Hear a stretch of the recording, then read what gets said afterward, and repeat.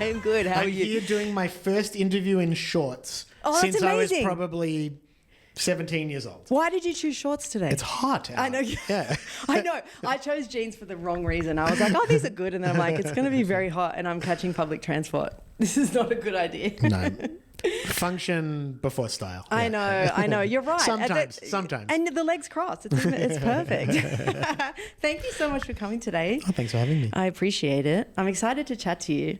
I feel like, do you know what? I was going to sit down and write like a big long intro thing. I don't know if you've probably had that a lot. But then I was like, I just want to talk. And I feel like maybe you can tell us what you want everybody to know about you and things like that. So yeah, I guess that's probably a bit of an awkward question to begin, but I still like the idea of you talking about your career highlights and tell us what you love about all the things that you've done and your favorite things that you've done, you know? Well, yeah, I mean, my career has had a lot of different elements to it. I suppose the straightest through line is writing and singing songs. So at the most fundamental level, that's sort of what I do. It's the job I've had for the longest time. But I started that in 92, when I was 14. But increasingly, I'm just more and more open. I've always been open to just different collaborations, different opportunities. I think of creativity as the principles of making stuff are the same in anything that you do. So it's okay to try new things. Do you do that a lot? Yeah, I do that a lot. And it's sometimes they're experiments, and sometimes they turn into nothing and other times they turn into whole new means of expression or collaboration or an income stream or, whatever it is. Like I try and be sort of open to thinking about myself as a creative person first and foremost. Yeah. Rather than locked into a medium, I suppose. So what do you look for in a creative partnership? It's going to sound incredibly simplistic, but if I'm excited. Yes. No, that's so good. I mean, I'm not sure what else you could really judge it. Obviously, look, if you get a big paycheck for something, then you talk yourself into it sometimes. You're like, okay, got to pay the bills. But fundamentally, especially with projects that I develop that are my own, I know the process of bringing a project from conceptualization to materialization is sort of a long process. It can be months or years or, at times. So you have to be genuinely interested and excited. And that's how I feel think like about you're it. probably like me where you're not driven by money. I love making money. Yeah, I know. I do as well. Yeah, but what I mainly love about it is the not thinking about money. I know that, there are certain times when I look at a calendar and go, okay, I've got a tour booked in. There's 40 shows coming up. That's going to basically take care of my expenses for the year. Yeah. And having that on the calendar, it's not like I start thinking about luxurious things I want to buy myself, but I have the freedom to think about creativity and about enjoyment. And, so I really do like the freedom that money creates for you. But I'm not motivated by money as a concept. Like I'm not motivated by money competitively. Like I've never felt the need to be like the richest person or the biggest grossing tour. That to me is like, I just never thought about it. It's not that interesting. Yeah, I'm the same. Like I'm kind of a bit like, well, actually, it's probably a bit different because you're in a great situation where you can then go, okay, that's taking care of everything, and then you've got that freedom.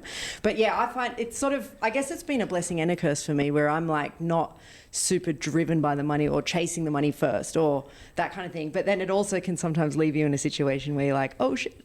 Well, it can. And like the reality is that basically every artist I know, I'm not really friends with any artists that could never work again a day in their life. Like I've met people like that. Yeah. But even like, Bruno Mars, he's like, I heard he's got a little gambling debt, allegedly. He's got to do his shows in Las Vegas, there's like everyone has to keep working. So even when you do have work on the books, if there's a feeling of relief, like it might be for the year, but you still know that, okay, the calendar's going to click over and you need more opportunities, you need more things. So it doesn't really ever end. It just is different scale, and then you have a family and kids, and your costs of living go up and all that sort of thing. So it's just sort of everyone's in the same boat in a way. So I guess I really want to, I've been really excited to talk to you about making a creative life work, because you're one of the first people I think of when I think, oh, I really want to have conversations about living a creative life. And, I guess I'm here representing independent musicians as well, and going, how do we make it work with all the creative endeavors? And I just think you'd be an amazing person. You are an amazing person to talk to about that kind of stuff, because you've been doing it for so long.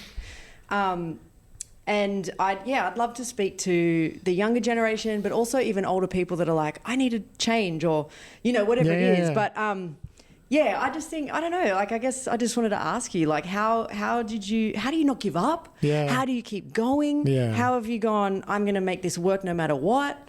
You know what I mean? Well, one of the things about not giving up is that you can look back and say, I never gave up in a macro sense.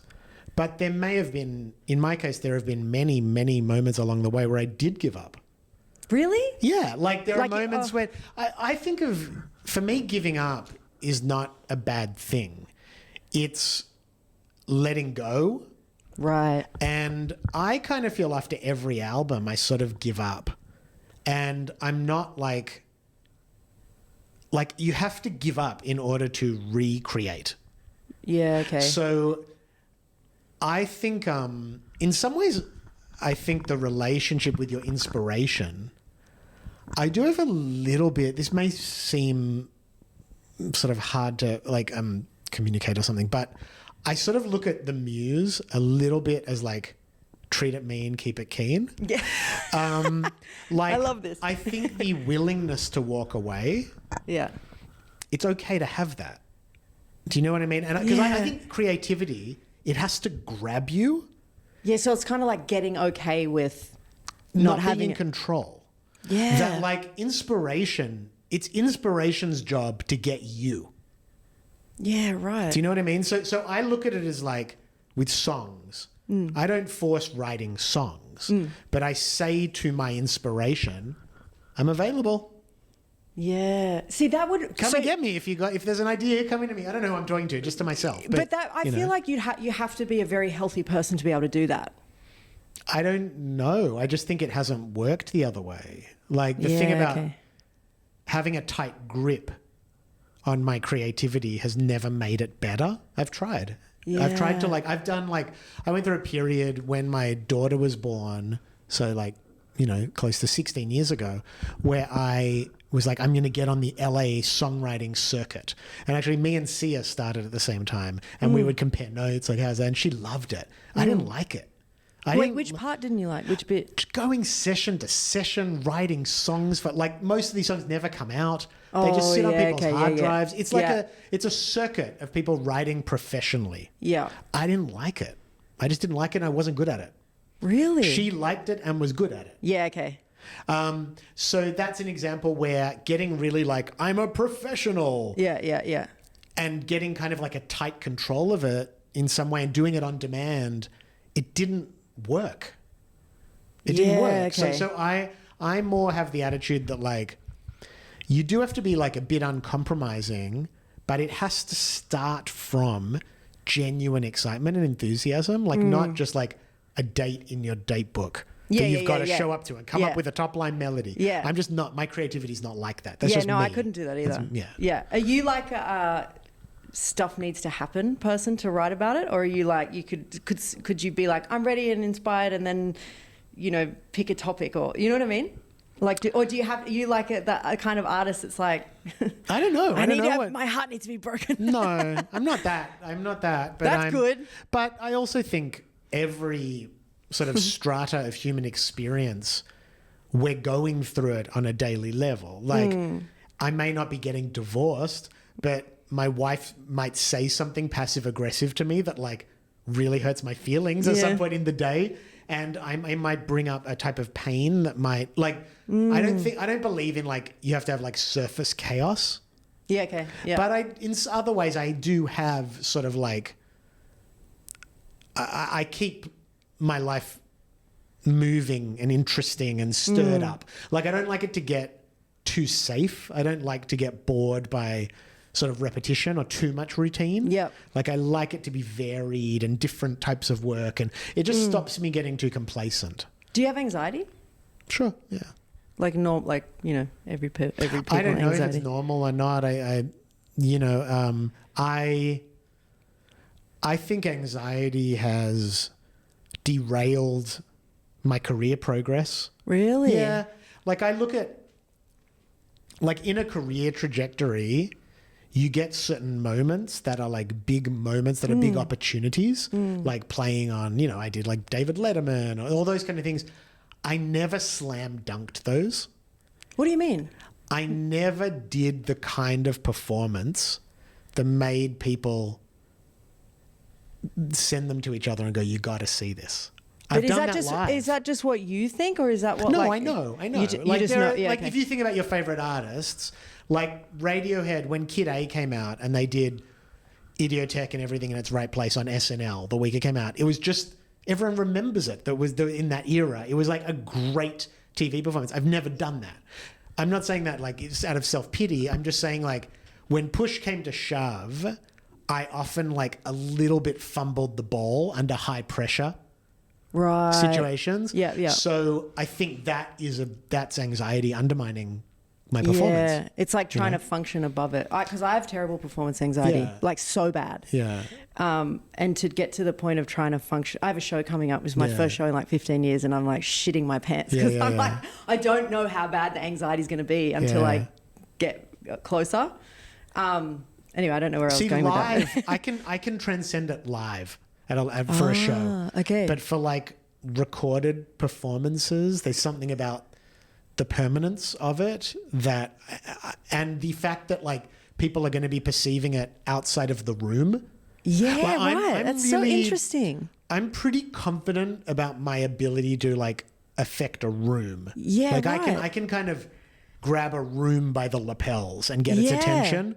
I'm not confident of my ability to do that through a television. Okay, can you talk about that? Because I feel like I'm the opposite. Okay. Like I feel like when it's recorded, you kind of can go, I don't know, obviously the shows would be a bit different, but I could go, oh, fuck that up, let's do it again. Well, that's different. Do you know what I mean? Yeah. I mean, I can, for my own records and stuff, I mean like high pressure situations like where you're that, in like an environment that's not, like doing I don't know, whatever you do, like playing on Triple J or doing something where you're like performing under pressure in a recorded situation, So how do you... That might be changing though. I'm just saying that's a bit that's sort of my experience in my career. Okay. Yeah. That's so interesting. What's your... how you're talking about grabbing a room by... like, how do you do that? I don't know. That is... I've always been able to do that. Like really? What's happening? Like, what's happening in your mind? When I was in kindergarten, one of the teachers had an emergency, and I don't really remember this, but apparently when the parents came to pick up their kids, there was no teacher in the room and they were all sitting on the floor, and I was sitting up on a desk performing every part of a musical that I had the vinyl of Jack and the Beanstalk that I had at home, playing all the characters, and the kids were sitting listening to me. I don't know what that is. That's something. I'm a performer. That's a gift. It's like something natural. That's innate. Yeah, it's that's like natural. definitely. It's like that extroverted side where like I can be myself in front of a crowd. Yes. I think that's like a little bit like exhibitionism. Okay. Like there's something that actually feels I can show an authentic side of me easier in some ways to a room than to one person. That's so interesting. My husband Carl he used to have really bad social anxiety, and he used to be a preacher. He was a pastor when I met him, and he could get up and just preach in front of 2,000 people, fine. But then put him in a room like one-on-one and all that kind of like, or a party or something, and he would just freeze. Totally. It's so interesting. Yeah, there's just different... We're all different. Yeah. And I think, it's funny with talking, I'm quite comfortable like talking, like if I go on The Project or on something, I'm like quite comfortable with that. There's something about performing and not having it just be in the room. Like, I think the magic of music is a like you had to be there type thing. Yeah. Do you know what I mean? Like what I love about music is that it doesn't always translate. Yeah. Like that's the thing with people's phone recordings. I think of sort of like a kind of ruining concerts because what it's doing is, I don't care about people holding them up and all that, but I think what it's doing to artists is making artists feel like they have to have supreme, perfect audio production and performance. Like it has to sound like the album. Yeah. Because everyone's going to be sharing it on socials. Whereas like it's just not going to. The chaos of live performance is sort of what I like about them. So anyway, I don't know. We're learning all the time. No, but that's really nice to hear actually, because I get really anxious like, oh, if I bugger it up or I do, you know what I mean? You hit the road, like anything like that. But it sounds like just talking about it now kind of makes me go, oh, that's actually probably the fun bits about it. Like I remember seeing Coldplay and Chris Martin was like, sorry, forgot the words, whatever. And even Damien Rice, I saw at the Enmore like 20 years ago or something, and he just stopped in the middle of the first verse and was like, sorry guys, wrong key. And I'm like, that's all. And that it's weird because I get nervous about that stuff, but when I remember back, I'm like, that's the bit I loved about it. I know. I don't want to be like a bitter old guy in music, but I do miss the chaos of live performance. Like you used to go and see a show and you kind of didn't know if the band were going to play for half an hour or 3 hours. Yeah. It was just, whereas now everyone plays for 75 minutes. Yeah.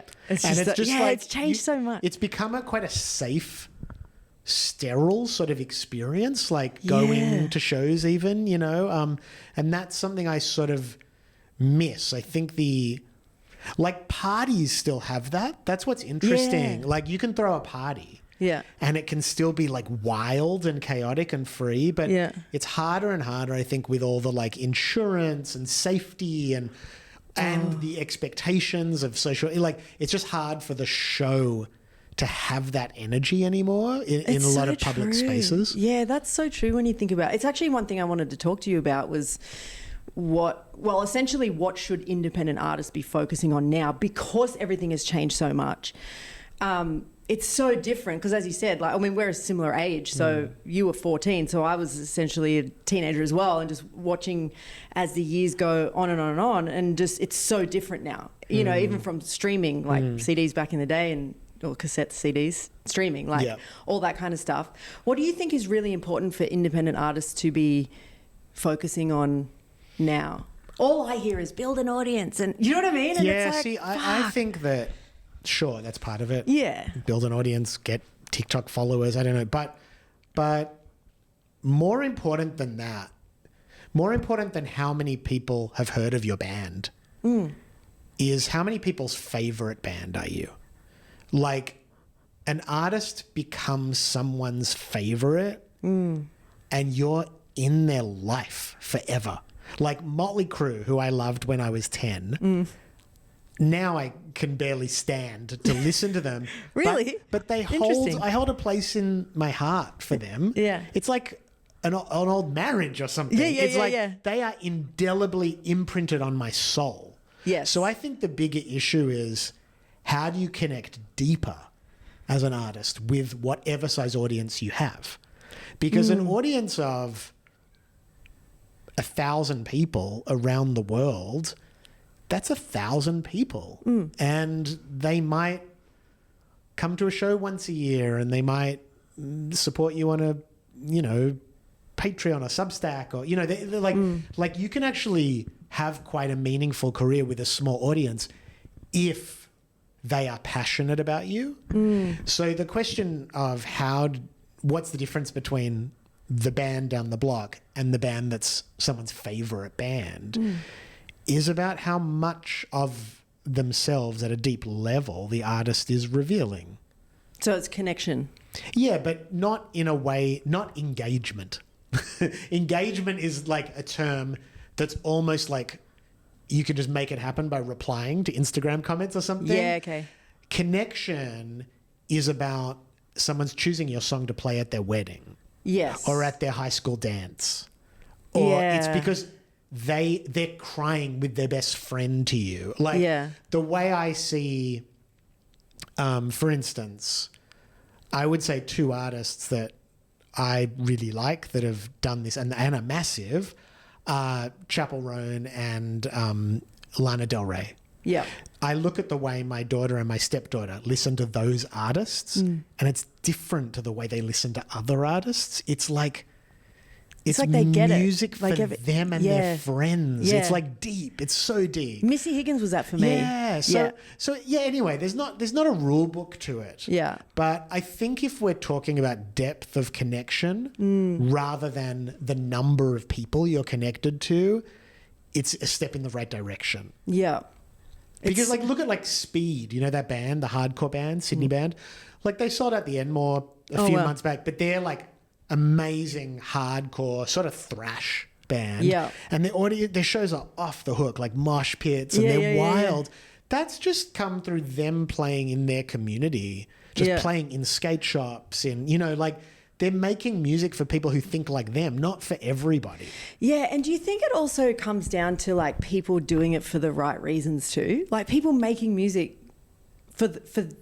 because they love it, not for any other reason. Do you know what I mean? Like I would like to think that. Yeah, I don't know if that's true. I think, okay, I would say it's not that they need to have the right reasons, but they need to have reasons. Yeah, okay. I think a lot of people who just desperately want to become famous do end up becoming famous, and that is a real motivation for them. Yeah, right. It's like the rich thing. It doesn't mean it's the right reasons, but there's enough motivation in it to help them push through difficult times and pep themselves up and keep getting out of bed and doing it. Like you need to have a real reason. Yeah, that's so true. It's like the money thing. Like, I know people that are like A-type, driven by money. They will get that shit no matter what, and it seems like a similar. Yeah. Yeah. Okay, interesting. So what would your overall advice be, I guess, then, for artists in 2025?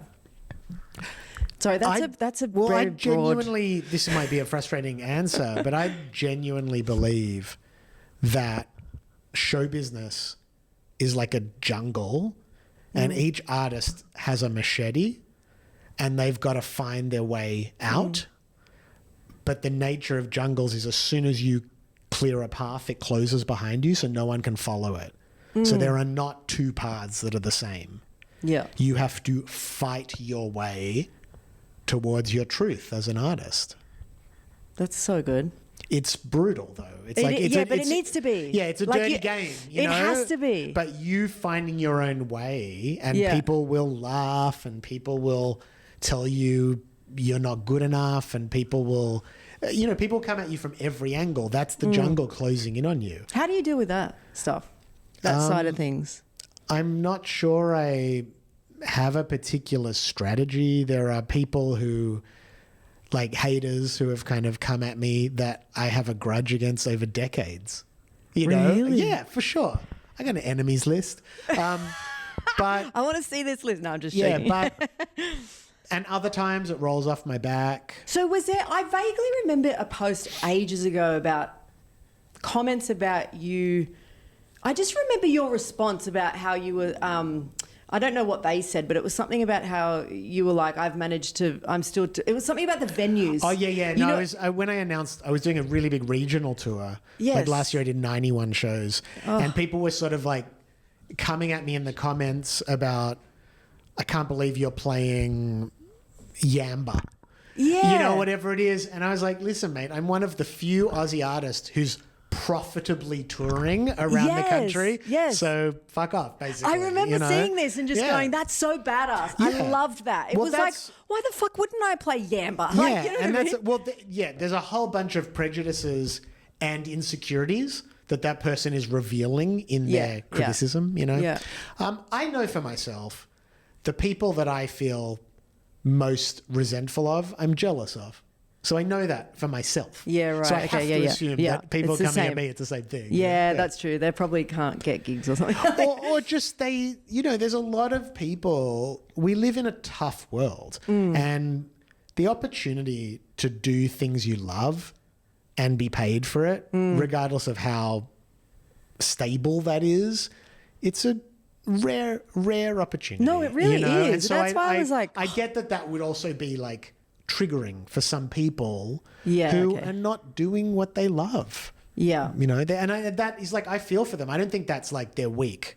Like, I think in this world, in this economic climate, it is almost the sensible thing to not to do something you love, but do something that gives you financial security. No, but I know this, and this was another thing that I do like talking to people about, because I grew up in a finance family. So I was very, you know, you can imagine what that was like. Creativity is sort of like, you know, second. Do that other stuff first, and then you'll have, you know, which is kind of a little bit in what you were saying before as well. But yeah, I think we talked about this before too, about how like I just don't think that's a great thing we should be teaching our kids. I've got a 3-year-old now, and I can't imagine, like, if he starts showing signs at school where he's like, I don't like maths and I can't focus on it, and I'd be like, well, drop it in year 10. Yeah. Like, if that's not what you're, like, we're all created to do things. If that's not what you're supposed to be doing, then don't do it. And I mean, it's funny because we're sort of on the other side, where we've really? raised our kids with such creative, like, they honor their creative impulses so much that we're also just trying to make sure we imbue a little bit of financial intelligence or responsibility in them, because they have no problem following their creative impulses. That's so cool. But yeah, it is really good. But you know, there's always holes in every style of parenting. True. But yeah, things like, you know, just for instance, I get a paycheck, I get a deposit into my account. I take 30% of that and I put that in a tax savings account. Yeah. That's something you can teach your kids. Yes. That's really easy. Yeah. My daughter was making bracelets and she wanted to sell them to the neighbors, and she had all these different types. And she sold half of them. She was like, I'm going to go make more. I was like, oh, which ones are you going to make more of? She's like, of all of them. I was like, well, why don't you take a look at which ones sold and make more of those? Yeah. Because if you're doing it to sell, you know. And she was like, oh, okay. That's a lesson about this honoring her creativity, but also there's an understanding of what it is to operate creatively in a marketplace. Yep. That, like, if I play a gig in a town and no one comes, I don't book the same gig next year. Yeah. It didn't work. It didn't work. I'll book a new place or a place that I've done well before. So, you know, it's just like, there's got to be a balance. That's so great, though. That's all the stuff I think that a lot of... It's so funny because it does feel like it's either one end or the other. It's either like creativity is a second, you know, like that's a hobby. You don't, you know, go and get a real job. Or it's like, you know, as you said. So that I think that's amazing. That's such good tips. Yeah, it's just things that come up, you know. It's just things that come up. But... And like business, you know, going, okay, well, if you want to...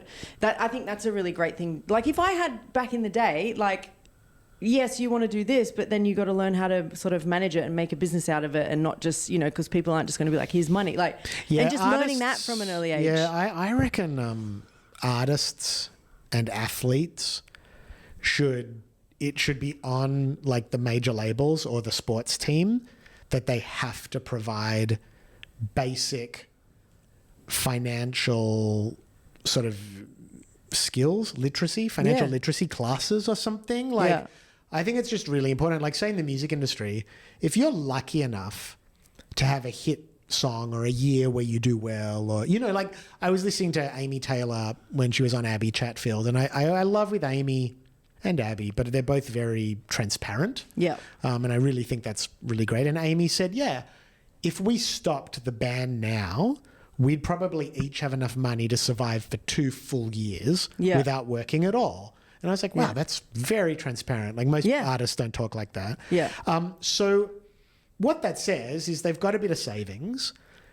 For artists, like what you do with those savings in that time when you're on an upswing is... it could define the level of financial security you have for the rest of your life. Yeah. Like you could buy an apartment that you then can live in through slimmer times. Yes. You know what I mean? Yeah. So, yeah, I think that part of the problem, though, is the hype in entertainment businesses is based around like, it's just going to keep going. Let's just keep going. Bigger, more. So artists never think it's going to end. And as someone that has had multiple ups and downs, like I've gone through, you know, I've had hits that like a decade apart where like, and then bombs, you know, commercially in between. So I know that like each time it starts, it's going to end. Like nobody's career just goes like that. Yeah, you know what I mean? It goes, if you're Yeah, lucky, yeah. it goes like that. Yes. So I just think that type of groundedness though is like very hard for creative people. And then the business people around them don't encourage them to be more sensible or something, you know, Yeah. in a way that I think we need to be self-protective for our creativity. What do you do in the, like, it's so like this. Yeah, Like, I totally, and I feel like every artist would get that just this as a feeling. Yeah. What do you do in the down, like, how do you cope? Well, the first thing is realizing that is the natural flow of affairs. True, yeah. If you're in resistance to, I call it the phone's ringing or it's not ringing. Yeah, okay. Right? Yeah. That's how it happens. I was talking, you know, YNG Marta, you know, that rapper. Anyway, I was chatting to him a few months ago and he said, have you ever put out a record that people just didn't get? I was like, mate, I've had whole decades people didn't get. Like, if you realize that that's actually natural, there's nothing wrong with you. Yeah, it's so true. There's nothing wrong with you if the phone's not ringing. It's going to ring again. That's the first step, accepting it. Yeah. Also, I think of, there's a great term in sort of rock history. They call it the wilderness years. Yeah. When an artist goes from being in the spotlight to going off and essentially it's like a vision quest. Yeah. The time when the spotlight is off you is your time to die and be reborn and to recreate yourself and to find a new way of living, creating that makes sense, letting go of the old, you know? So I think the two things are realizing that wilderness years are inevitable. There are going to be periods where the phone doesn't ring, and then how to make them useful. Yeah. When you're in them, don't wish them away. Use them to grapple with your process, with who you are, with what you want to do. And I think rest as well. And rest, like, I feel like people don't really actually know how to rest. Yeah, I would say I probably could learn that much more. Really? Yeah. I feel like in general it's like just a common thing. Is like we don't do that well. Well, we sort of, I think in capitalism, we sort of like reward ourselves for being 24/7. Yeah, the hustle and the grind. And I'm like, I can't do that. Like my body can't do that. And I heard something recently, it's super cheesy, but it stuck in my brain. It was something about how flowers aren't blooming all year round. And there was it was only a couple of weeks ago where I was like, I feel really shit and I'm so tired and all this kind of stuff. And it just popped into my head and it was like, you need to rest. Like you're just having it. And I was like, fallow time. Yeah, and that's cool. I was like, I can do that. Like I can actually do, and not beat myself up about it, you know, because you go, I've got so much to do. And it's like, no, like you can't bloom 24/7 all year round. Here. Yeah. Anyway. Yeah, I agree. So what's a day in the life for you like now? At the moment, you know, I have a 15-year-old in year 10, so... How's that going? It's good. I think 13, 14 were rockier so far than the 15, 16. Like, okay, because I've got a three-nager, so I know that I've... Yeah. Okay. Yeah. So, you know, parenting, a lot of that. We have a puppy. Gus. Yeah, Gus. So looking after Gus. Cute. And then touring, I'm doing both a lot of regional shows in the first half of the year, and then later in the year going to be doing some special stuff around the 20th anniversary of Awake is the New Sleep. Yes. And also me and Ione's production company, we're developing a kids TV show, animated TV show that we're in development at the moment. That's and we're doing so our cool. podcast, and she's got her memoir coming out. So I know, I've pre-ordered. Oh, I'm so excited. Awesome. Yeah, I was like, pre-order It's amazing. Amazon. And organising lots of events and her press, and, you know, it's kind of nonstop. Yeah. But again, both her and I have been through so many periods where you'd want there to be more to do. Yeah, you want more work. Yeah. And so having a lot of work, we're very grateful for it. Yeah. Like we have never, as more mature artists, have never had a point where you're like, oh, I wish there was less happening, because you just know there is going to be less happening. Yeah, that's coming. Yeah, you're that's going to get your wish. Don't worry. Yeah.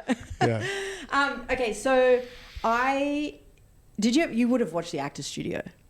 Back in the I day. haven't watched all of them. I've watched like a lot. James Lipton. Yes. Yeah. Okay, so you know he does a questionnaire. Sure. I loved that. That was like my favorite part. Yeah. So I've pinched it from it. Okay, cool. Has anyone ever done it with you before? Don't think so, but Okay. Well, this is how I like to wrap up my pod. okay. Okay. Are you ready? I am. What's your favorite word? Changes. Nice. Do you want to elaborate, or are you just good with that? It's just the word that I've always orbited around. It's provided. It's nature. It's creativity. It's everything has to keep changing. I love that. Yeah. That's cool. What's your least favorite word? My least favorite word. No. Does anyone like hearing that? I don't want that one. Okay, what turns you on? Playfulness. Yeah, nice. And what turns you off? Fear. Like being scared. Like I'm not one of those. Me and Ione were talking about today. Like, you know, sometimes you see like action movies where people are at the end of the world and they kiss. Yeah, you're like, I would never. My libido is gone in like a high stress situation. I've never had that. That's like, what I know. Being scared is not a turn on to me. Yes, no, I agree. And I'm similarly, with you. I think that's what's interesting. Like, I mean, the whole other conversation, but when I look at a lot of the like sexual violence and predation and things that go on, I just go like, that's the bit I have trouble relating to. That I mean, there's so much, but the main thing I'm like, why are these people turned on by instilling fear in somebody else? Like, to me, that is like, at an animal level, I'm like, that is not nice. Your whole body, like, I want to be wanted. Yeah. I mean, that's you know what I mean. So anyway, I guess that's why I'm not a sexual predator. So just have to throw that in there, guys. Glad we sorted that out. Exactly. Like, it was very important. Okay, what sound or noise do you love? I love the sound of our puppy snoring. Really? That's so cute. Oh, because he's little. Yeah. The little dogs snore cute. The big cute. dogs, oh my gosh, that's not fun. It's like a grown-ass man when the big dog. Okay, what sound or noise do you hate? I hate the sound of a shovel on cement. Yes, that's not fun. That's like my worst. I have like a physical reaction to it, like metal on cement or like a rake on cement. I hate that sound. Yeah, like in your brain. Yeah, no, that's fair. I can hear it. Like now when we're talking. Okay, let's move on. What's your favorite curse word? I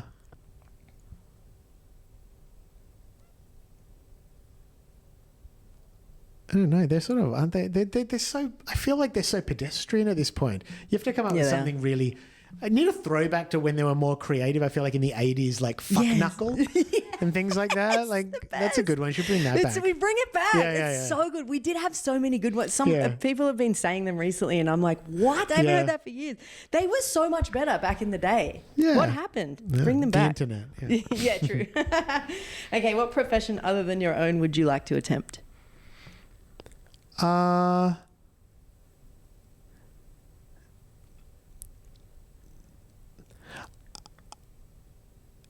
I mean, because I do a lot of different things. It's not really that I like have a particular career, but I am open to different things that involve supporting people's creative processes. Yeah. So whether that's more on the production side, I like mentoring other artists. I don't know what career that is, but I see more of that in my future. I love that. Yeah. That's so cool. Oh. Okay, what profession would you not like to do? I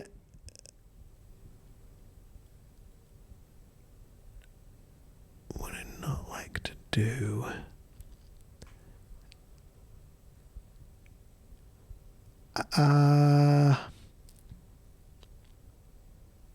I guess that job on Severance, where you just have to make the numbers go into the little. What's have you that? watched Severance? No. That show, Apple TV show with Adam Scott. Anyway, yeah, What basically does he do office work. I've avoided. I've avoided my whole life doing any office work. I'd like to keep it that way. Who does your admin? Like, what do you do? How do you do all that? I mean, I have an accountant. Yeah.